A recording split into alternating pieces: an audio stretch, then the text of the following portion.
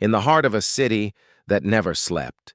The streets gleamed under the flickering neon lights, and towering skyscrapers stretched into the clouds like silent guardians.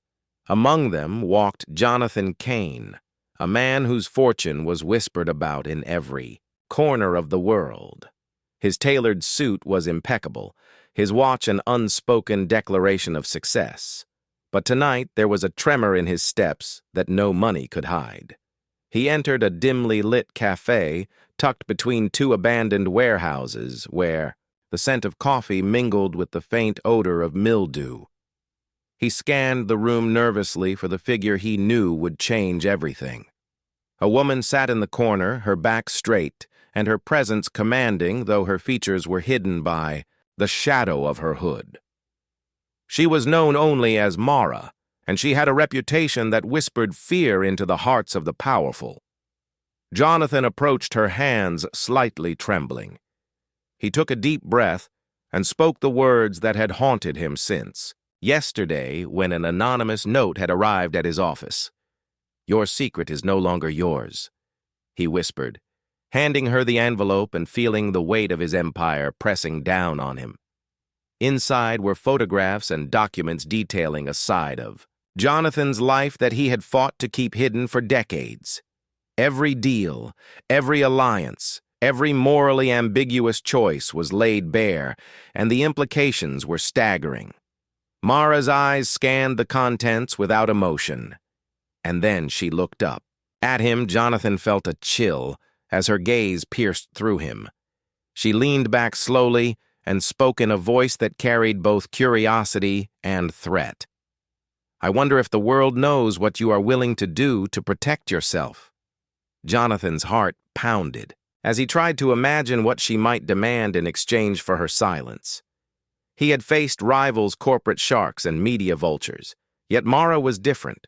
She was a ghost in the shadows, a force untouchable by law and unbound by morality. He realized the game had changed, and no amount of money could rewrite the rules that Mara played by. He sat down across from her, trying to steady his shaking hands. The cafe around them seemed to fade into nothingness as the tension built. He swallowed hard, and finally said, whispering almost inaudibly, "You won't expose me, not to them, not to anyone." Mara smiled faintly, a shadow passing across her lips, and the silence stretched long enough to feel like a lifetime. The only sound was the faint hum of the espresso machine and the distant echo of footsteps outside. Jonathan knew that his fate now rested in her hands, and that a single word from her could unravel everything he had built. He had come seeking negotiation, but instead he found fear, and uncertainty mingled in the air between them. Mara tilted her head, and for a brief moment, Jonathan imagined that even the shadows were leaning in to listen to the conversation that might decide his future. Jonathan spent sleepless nights pacing the floor of his penthouse suite overlooking the city he had conquered in his own way.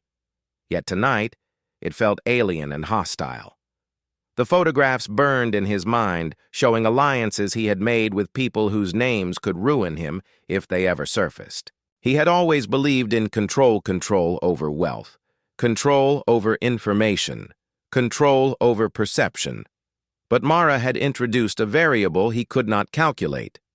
Every message, every phone call, every glance felt like a countdown. He had called in. Favors tried to trace her network, but every lead vanished into obscurity. His assistant tried to reassure him with numbers and statistics, but Jonathan could not see the logic in spreadsheets when fear had a face, and that face belonged to Mara. He decided to meet her again at a secluded estate on the outskirts of the city. The walls high, the gates guarded, and the environment perfect for negotiation or betrayal. When he arrived, Mara was waiting in the shadow of an old oak tree, her posture serene yet vigilant. Jonathan felt his chest tighten as he approached. She spoke before he could utter a word. "Have you considered what it means to trust someone completely?" Jonathan nodded, swallowing the lump in his throat. He handed over another. Envelope this time filled with signed documents, transfers, and contracts that could secure his empire temporarily, yet he felt exposed as he offered them. He did not know if it was enough, or if it would ever be enough. Mara took the envelope and ran her fingers over it slowly, almost caressing it. She studied him as if weighing his soul, and then spoke with a calm that made Jonathan shiver. "You want me to keep this a secret, and in return, you offer your empire." He nodded, a lump forming in his throat.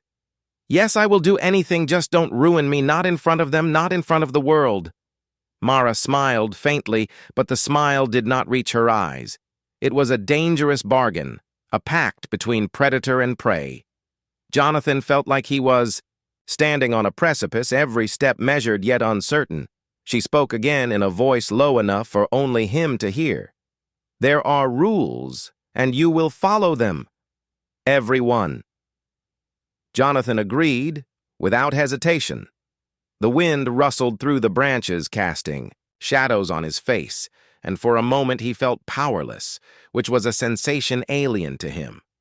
Mara leaned in closer, her voice now a whisper that carried a weight Jonathan could not bear. "You will do exactly as I say, and you will understand why soon. Enough." He felt a cold sweat running down his spine. He had given her control over his life, over his legacy, and over the perception of his identity, and he realized that the people he feared most were not the media, the board members, or his rivals, but Mara herself, as she held the ultimate leverage. Jonathan Kane, the millionaire who could bend the world to his will, had never felt more fragile, more human, and more terrified than he did in that moment. Weeks passed, and the city carried on oblivious. To the storm brewing behind closed doors, Jonathan Kane moved through his days like a man walking on a tightrope, his mind constantly replaying Mara's words and gestures. The world outside continued to celebrate his wealth and success, yet inside, he was collapsing under the weight of secrecy and fear. Every meeting felt like a trap, every phone call a test. Mara's instructions came in cryptic notes and silent phone calls, her presence looming over him even when invisible. He complied with every demand from her, sending confidential files, redirecting resources, covering tracks, and even making sacrifices that would have seemed unthinkable just months ago. He felt the sting of humiliation and the bite of fear in equal measure. And he knew he had no choice, because Mara held the key to his survival. The final encounter took place in a skyscraper that overlooked the city like a crown. Jonathan stood by the window, his hands trembling slightly. Mara arrived silently. No announcement, no fanfare, just the quiet authority of someone who needed nothing from the world, yet commanded it. She handed him a folder thicker than any he had seen before, and spoke. "Your final test." Jonathan opened it slowly, seeing photographs not of his business, deals but of his family and friends. The stakes were higher than ever. He looked at Mara, his voice shaking as he whispered the words that had haunted him since their first meeting. "Hug me in front of them." He begged, not knowing if he was speaking of exposure or humiliation. Mara studied him for a long moment, and then smiled faintly, handing the folder back. "You have passed. Jonathan Kane, the man who could control empires, has now learned the price of secrets and the power of fear." He exhaled, shakily feeling the relief mixed with dread, knowing the balance had shifted forever. The city stretched below him, oblivious to the silent drama that had changed a man from the inside out. Jonathan Kane, the millionaire who had once thought he could buy anything, had now discovered that some power was beyond purchase and some fear beyond control.